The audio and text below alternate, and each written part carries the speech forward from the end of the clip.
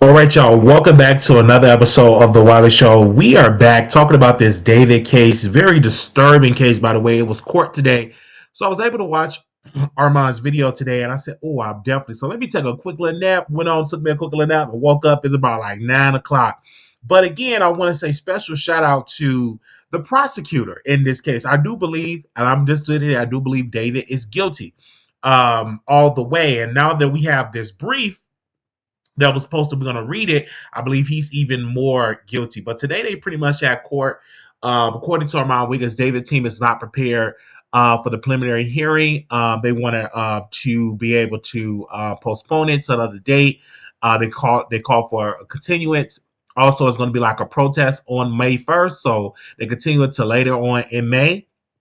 They coming on for a conference meeting, so making sure that they don't have all the evidence and stuff like that. But according to the prosecutor, they do have all the evidence, and the prosecutor was saying that she's ready and that her team got to go on vacation. Anybody knows that if you're preparing to go to trial, a lot of times they have to schedule it around the judge schedule and around the prosecutor schedule because people have to be going, they have to go on vacation and stuff. But they also David's team was trying to say, "Hey, let's seal this brief." I'm like, "But what was on the brief?" I'm like, "What they need to seal the brief?" And so when Armand Wiggins, when he was reading the brief on the page, I said, "Oh my gosh, where did you get that from?" They say he got it from TMZ. So I'm on TMZ, and this is what they put in the headline: David ordered 2 chainsaw body bag and a shovel for killing Celeste Rivas. Prosecutors claim David went in Amazon and purchased a couple of chainsaws after he stabbed Celeste Rivas and stood by her while she bled out. This, according to the prosecutors in the case. Pause right there. You got to be the dumbest criminal to buy stuff off Amazon. All that stuff can be tracked back to. Anyway, according to new documents filed by prosecutors, investigators claim that the singer stabbed Rivas to death at his Hollywood Hills home on April 23, 2025, after ordering an Uber to bring the 14-year-old all the way to her family home in Lake Ebsmore, California. They said once she went there, prosecutors alleged that David stabbed Celeste to death and that the next day ordered a shovel from Home Depot, which was delivered to his home through Postmates. About a week later, on May 1st, they alleged she purchased 2 chainsaws from Amazon and also delivered to his home. And 4 days later, following up buying a body bag, heavy-duty laundry bag, and a blue inflatable pool. They claim that David made the purchase under the fake name Victoria Manaz. The star alleges that the star alleges placed Rivas' body into the blue inflatable pool to prevent the blood from spilling all over the garage floor. Prosecutors say he then used a chainsaw and possibly other tools to cut off limbs with a gruesome detail. The prosecutors claim David amputated the ring and pinky finger on Celeste's left hand because she had a tattoo of his name on her ring finger, which have not been recovered. So then I was listening to Armand's show, and one of the ladies had called in. She said, according to like Japan, like you hide a finger. I believe she said Japan. You hide a finger. It's some spiritual something with that. I believe that's what that lady said. I don't correct me on that because I went on and went to sleep. But because I was tired today because doing schoolwork and all that. But I'm looking into this stuff. This is quite disturbing. And so when detectives searched David rental home in September 2025, authorities say they found evidence consistent with dismemberment of the victim's body, inflatable pool which contained multiple cuts. Several biological samples was tested positive for blood were collected within the garage area. The medical examiner report noted that there were a blue plastic fragment consistent with the blue pool material, according to prosecutors, found in Celeste's body part. As when David and Rivas met. Prosecutors claim it was way back in 2022 when she was just 11 years old. The doc said their sexual relationship began in November 2023 when she was 13 and he was 18. Oh my God. Prosecutors also said it is clear when David knew she was a minor. Celeste's family first reported her missing in February and April 2024. And according to docs, Riverside County Sheriff Deputy called David on February 17th after finding his number in Celeste's phone records. And he claimed he had just spoken to her on February the 13th or February the 14th, but also said he didn't know she was a minor or missing. Then they said Celeste returned home 2 days later, and her parents took her phone. And although he would now be aware she was underage, prosecutor said David got back in contact with Celeste by paying a student in her class $1,000 to deliver a cell phone David had purchased for her. Prosecutor said throughout 2024, they traveled together as a couple to Las Vegas, London, and Texas, where she met his family. There are plenty of texts and explicit photographs during this time that made it clear that they were having sex, according to the docs. The night before Celeste allegedly took the fateful 90-minute Uber ride to David's home, prosecutors said they had a fight over a text about her being jealous. He was hooking up with other women, and she threatened to disclose damaging information about her relationship with him to end his career and destroy his life. David's first studio album was scheduled to be released April 25th, just 3 days after the fight. Okay, prosecutor alleged David started covering his tracks almost immediately. Celeste arrived at his home at 10:10 p.m., but at 10:30 p.m., he sent texts to her phone asking where she was. The DA office believed that this is part of the premeditated plan to cover up the murder. At 11:30 p.m. that night, 1 hour after the alleged murder, David drove to Santa Barbara County, attempted to dispose of Celeste, the property, and destroy evidence. And according to prosecutors, returned home early on April 24th to do a radio interview to promote his album. On April 26th, he allegedly sent his final text to Celeste's phone. Prosecutors claimed that David made two more trips to a remote part of Santa Barbara County, and after his chainsaw and body bag purchases on May 8th and May 31st, possibly to dispose of more evidence, they note that uh, Rivas' passport was found in the same area in January 2026, and on July 7th, he ordered a burn cage from Amazon using the Victoria Mendez alias again, which prosecutors took he intended to use to uh, destroy evidence. As you know, Rivas' body was found in the back of Davis' Tesla back in September, and prosecutors said surveillance video confirmed that the singer was the last person to drive the vehicle on July 29th, 2025, before he left to begin his tour. David was just arrested 2 weeks ago and was allegedly in possession of 40 terabytes of child P word. At the time, he pleaded not guilty.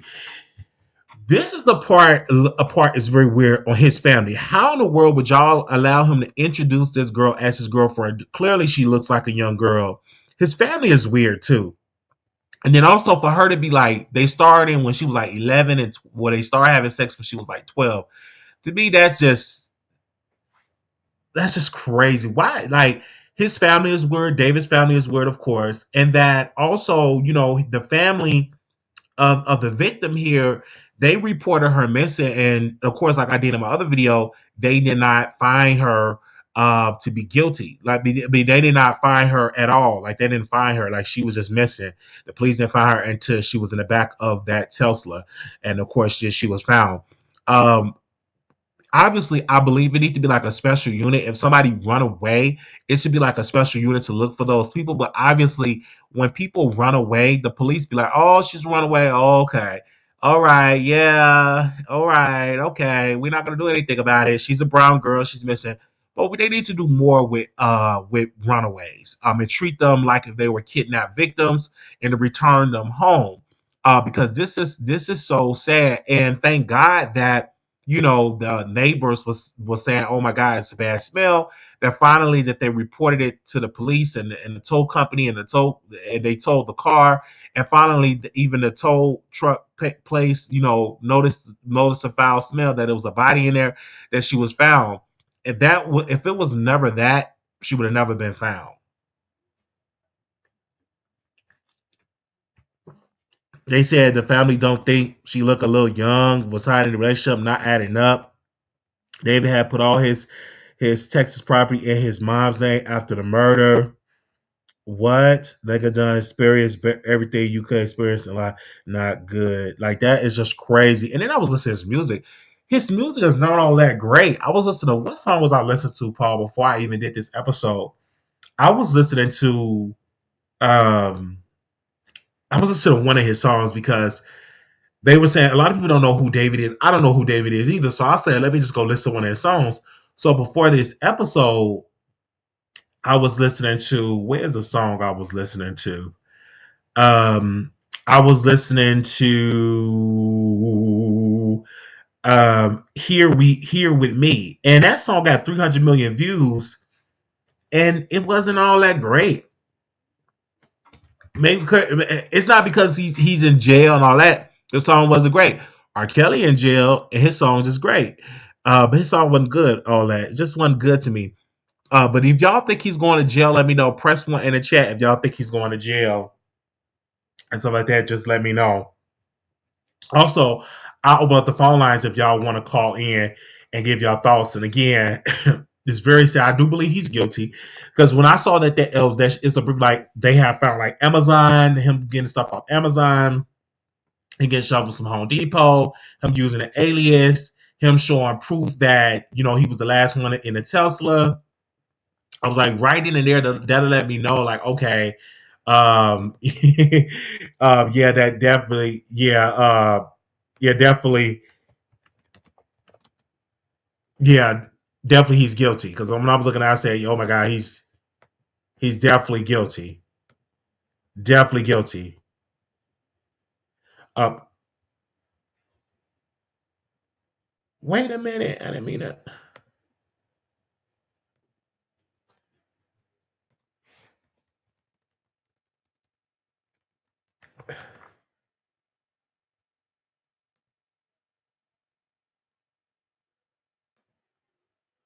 Okay, I was do something.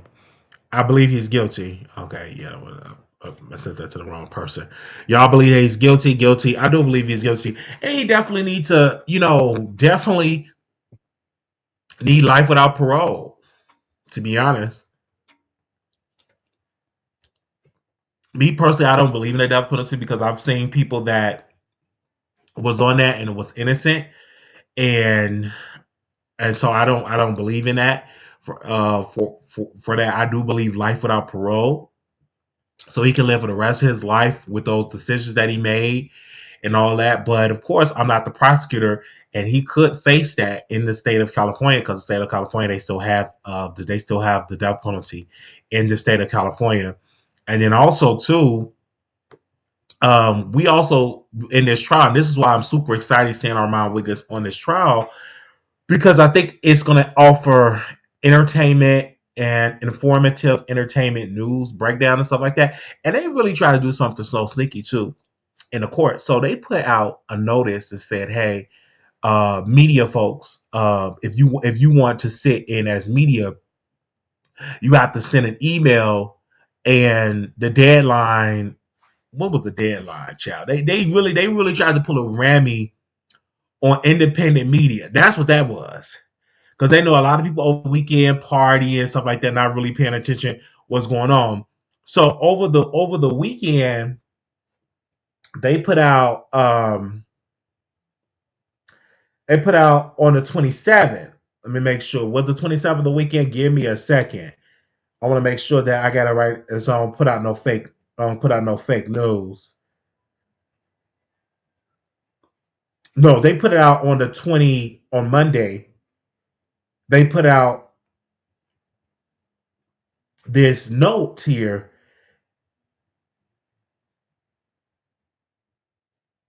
on the 27th, on Monday.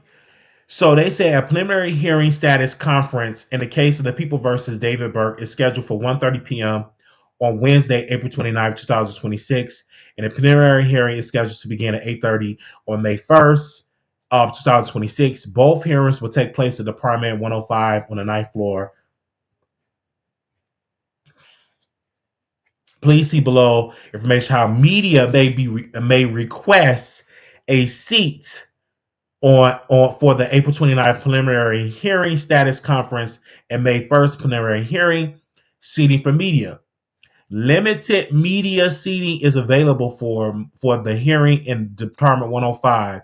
If you are a member of the media and would like to request a seat, please email the court communication office. Now, they put this out and a lot of people didn't know about it. And I said, this is like so sad because the power of independent media, particularly they see the power of the Armand Wiggins show. And I think like people need to understand that the power of his show. And so I was minding my own business and I want to share this. And I know I'm gonna get a little pushback once I get done with this episode. I may get a couple of phone calls, but that's okay.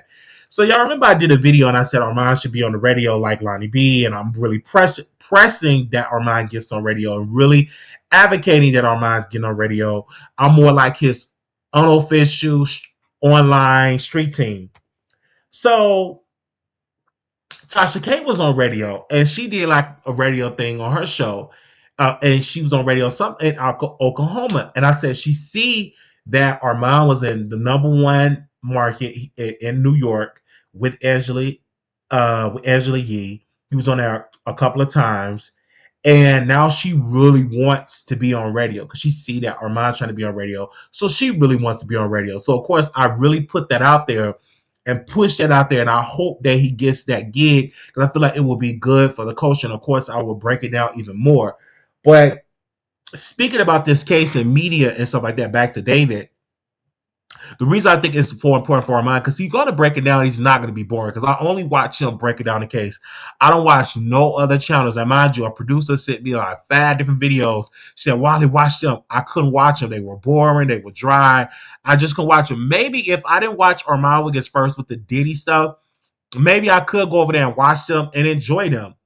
But because I watched Armand Wiggins stuff first, you know, I can't go over there and try to watch them because they're like, oh, it's boring to me. You know what I'm saying? I don't and I don't like to watch like 5 different channels about the same subject. I like to watch one person, they break it down, and then I move on. Okay. Yeah. Yeah, that's what I like to break it down on there. So I appreciate it. But I do believe he's going to be guilty. I do believe that David needs to spend the rest of his life in jail because you cannot be going around chopping folks up and also sleeping with an underage is one thing. But like deleting them is a whole nother thing too. You know what I'm saying? So you wrong on all levels. And I had a producer on the show and she said you had to be careful with those streamers because a lot of those streamers are predators. She was explaining to me about it. And I didn't really think about that because I remember, and then in my mind, it was one streamer that was looking up some weird stuff. They would say that he's an alleged pedo. He was looking up some weird material on his search bar, and he was a streamer. So you have to be very cautious. And I'm like, how's these people getting this information? Because you just can't Google this stuff. Like, how's they getting it? Because that stuff is illegal. So how's they getting this illegal material and all that? But when this viewer had called into my show, she was like, it's a network of people that share illegal information to one person to the next person. So it's like almost a network. Then I noticed, I'm saying, did that manager, David manager, did he know that David was this person that liked underage people? You can't tell me that you didn't know that he was dating this underage girl. And even in a tweet, even in that text, when she threatened David and said, "Hey, if you stop dealing with these, if you don't stop dealing with these girls, I'm gonna tell you dealing with me, and I'm a teenager." And he probably got scared, but you would have got way less time messing with a teenager than deleting a teenager. You know what I'm saying? It's just like, why take that risk? And And he took the risk. He did what he did, and I do believe he did it.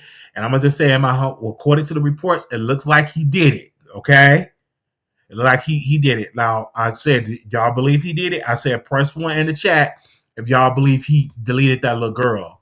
And I believe he did it. And you shouldn't be. And then I look at weird with his family, and I had a producer call in. She was like, I believe his family is weird. And so when I heard that he went, and I'm reading these documents on TMZ, that he introduced this young girl, she was like, what, 13, 14 years old, to his family. That to me is weird. That to me is sad. That to me is pathetic. That you're going to introduce your teenage girlfriend, which is illegal, by the way. You should not be dating a little girl and a young girl. Like that's just so sick. And into the family say, oh, that's okay. Like, whatever. That's me, it says. So obviously his family is weird. It's no shade. I believe the family is weird too. I'm not sure it's premeditated. It was, they said, why didn't he buy the body bag before? Yeah, I believe that he did it. And he bought all these items. It's just weird. And they also said they got a wiretap,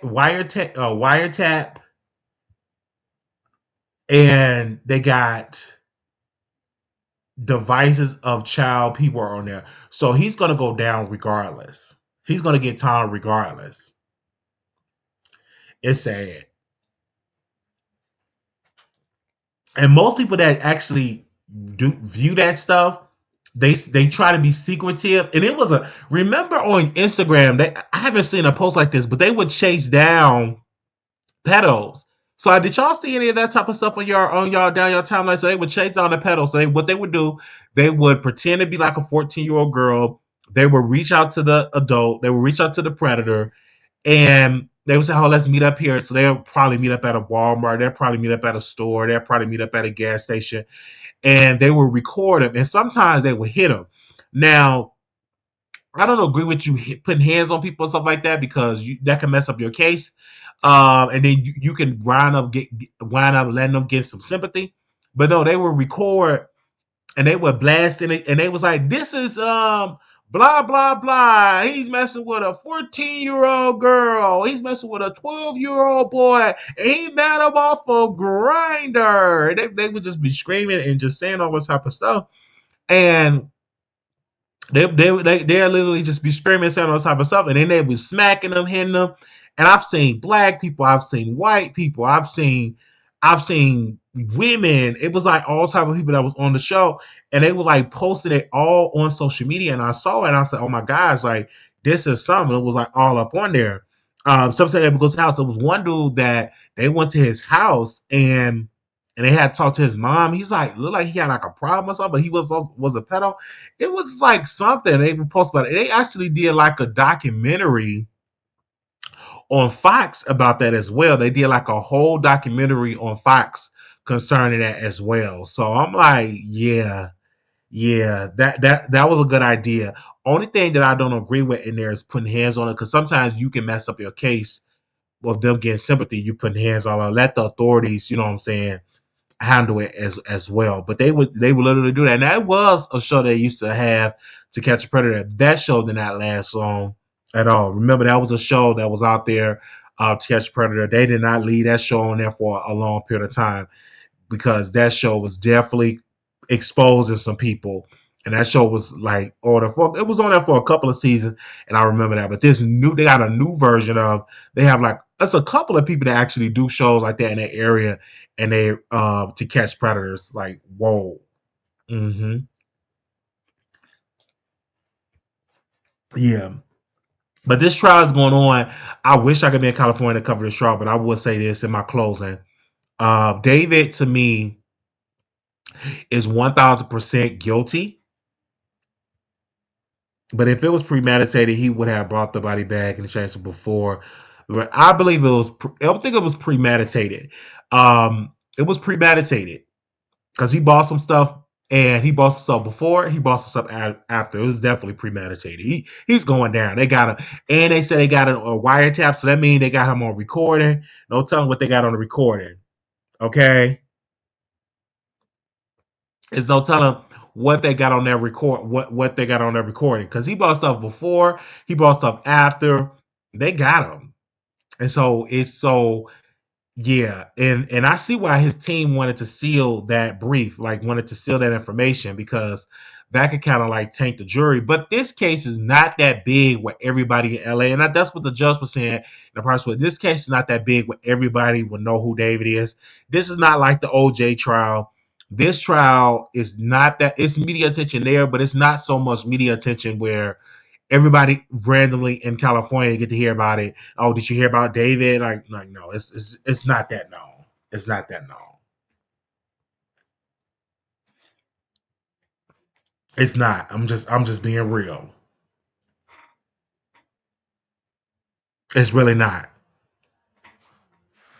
It's the only reason he would have gotten away with it is because this 13, 14 didn't have parents that cared. She did have parents. They reported her missing. What more can they do if you keep running away? See, that was the narrative that they're trying to put out that the parents they care. The parents did care. They reported their daughter missing and she kept running away. And once you start dealing with a grown man, it's hard to control that teenager. It disrupted the psyche of the growth of that teenager. She be like, "Oh, I ain't listen to my parents." That grown man in her ear. I'm like, "I ain't listening to my parents. I'm about to run away. It's whatever. This. I'm over this." It's like ain't nothing you can do to control a child that start being fast and feeling themselves with a grown man and all that type of stuff. What more can you do? You know what I'm saying? As a parent, what more can you do?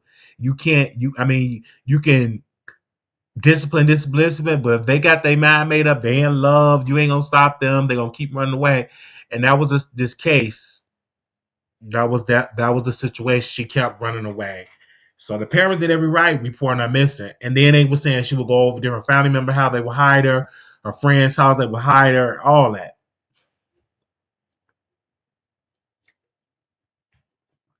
That's what I heard. Okay. So I hope that justice is served in this case, and I'm glad that they filed charges, and I'm glad they caught him. And he would have, if he would have done this the smart way, um, he should have never left the bike in a car and just left the car there. Like, so that was dumb.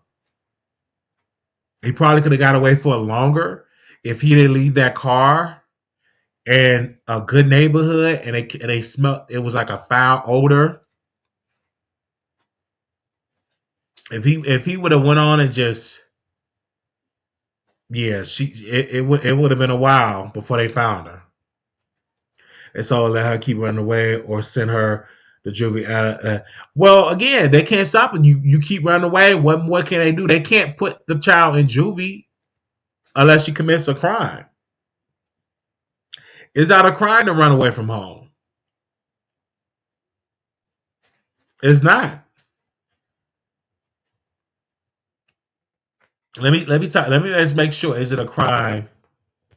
Is it a crime to run away from home? No, they said run away from home is generally not considered a crime in most states, but it can classify as a status offense for minors, which had lead to legal consequences. A status offense is an action to consider illegal only because of the age an individual committed it. For minors running away, it's often classified as status offense, meaning it is illegal for them to be not for adults. Legal consequences: while minors typically do not face criminal charges for running away, might be taken into custody by law enforcement, returned to their parents, or placed in a shelter. The juvenile court may also get involved, especially if the minor has a history of running away. A general rule in most states, running away is not a criminal offense, but it can lead to interventions by juvenile court or child protective service. For example, in Washington State, runaway is defined as a status offense, allowing parents to seek legal intervention. Potential charges for adults: adults who assist or harbor runaways can face legal repercussions. So an adult can really get in trouble if you like hiding them and stuff like that. So, but a child definitely not going to get in trouble if they run away. So what more can you say? And I know a lot of people was coming for the parents, like, oh yeah, it's the parents' fault. But I'm like, they definitely reported her missing. Like, what more can the parents do? You know, it's so sad. So we'll see how this is gonna play out. And of course, I definitely have to go watch that. I did even before I end this video, I did watch the Nature Boy video. I'm gonna do that in a separate video. I did watch that as well. So thank y'all so very much for tuning into the show. Love y'all. Make sure y'all leave a comment, and we will see y'all in the next episode. Again, we're going to report on this case. This is a very important case, and I know people are going to be involved and listening to it and showing love, watching the show. We ask that you thumbs up and you share, thumbs up the show. Thank you so very much, and love you. If you want to contribute to the show, $ Wiley Show 1990, and we will see y'all in the next episode. So I had to give y'all an update of this case. So this is all the information I have. And of course, when they go back to court, I will give y'all another update. And thank you, Armand Wiggins, for updating us on this case. Peace.